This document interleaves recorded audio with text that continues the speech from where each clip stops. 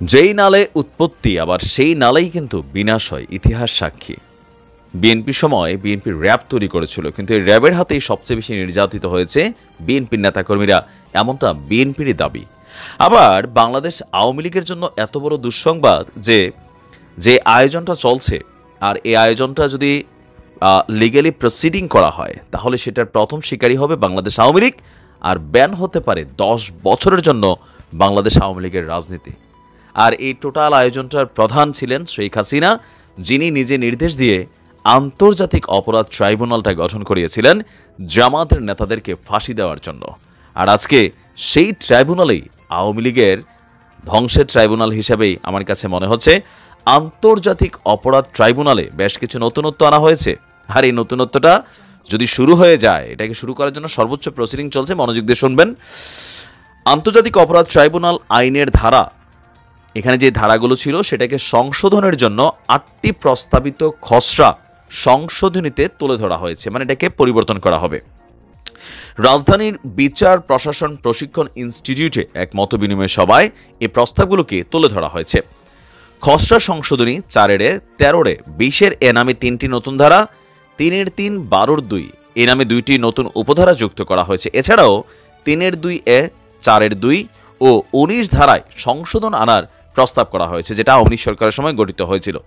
খসড়া সংশোধনীতে সবচেয়ে গুরুত্বপূর্ণ যেখানে আওয়ামী লীগের ধ্বংসের ডাকটা উঠে আসছে, গণহত্যায় নেতৃত্বের অপরাধে রাজনৈতিক দলগুলোকে 10 বছরের জন্য নিষিদ্ধ করার মতন বিধান যুক্ত করার প্রস্তাব করা হয়েছে।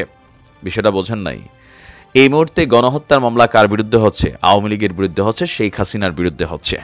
আর এখানে যারা গণহত্যা করবে ইন ফিউচারও, ভবিষ্যতে কোনো রাজনৈতিক দল ক্ষমতাকে পাকাপোক্ত করতে, সেই ক্ষেত্রে তাদের বিরুদ্ধে যদি এই আন্তর্জাতিক অপরাধ ট্রাইব্যুনালে কোনো মামলা দায়ের করা হয় আর সেটা প্রমাণিত হয়, তাহলে সেই রাজনৈতিক দলের রাজনৈতিক কর্মকাণ্ড 10 বছরের জন্য ব্যান করে দেওয়া হবে।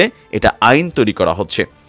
আইন, বিচার এবং সংসদ বিষয়ক উপদেষ্টা ডক্টর আসিফ নজরুলের সভাপতিত্বে আন্তর্জাতিক অপরাধ ট্রাইব্যুনাল আইন 1973-এর সময় উপযোগী করার লক্ষ্যে প্রস্তাবিত খসড়া সংশোধনী উপস্থাপন করা হয়েছে।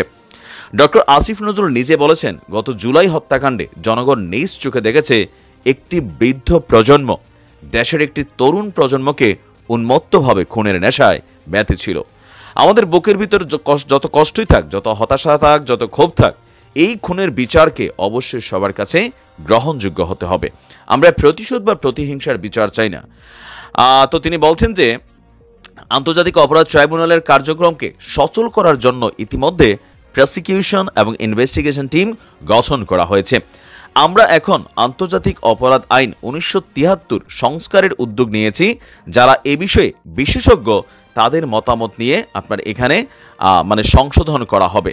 তো এই সংশোধনের আওতায় যেই নিয়মটা আমরা এখানে কানেক্টেড দেখলাম, আমরা একটু ডিপলি দেখি।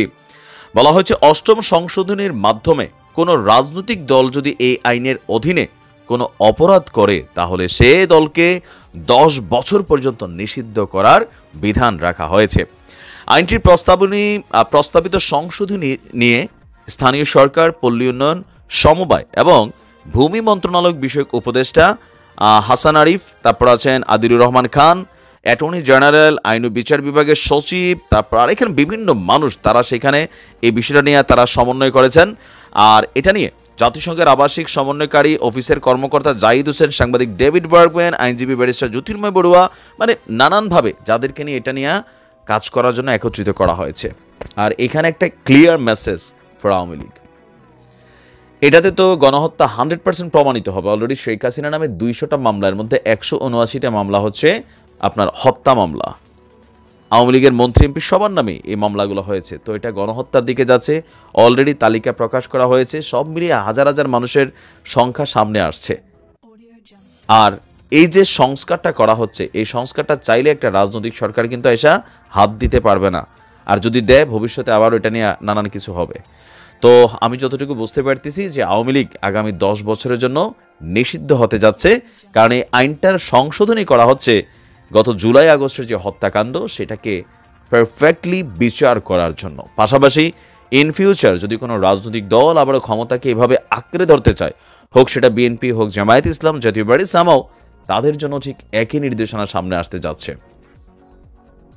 শেখ হাসিনার চট করে ঢুকে যাবে না, চট করে ঢুকলে পট করে এবার গ্রেপ্তার করে ফেলা হবে, দলটাকে ব্যান করে দেওয়া হবে। যেমনটা জামাতকে নির্বাহী আদেশে আওয়ামী লীগই ব্যান করে গেছিল। পরিস্থিতি অনেক খারাপ আসতেছে, ভালো হয়ে যান। আসসালামু আলাইকুম।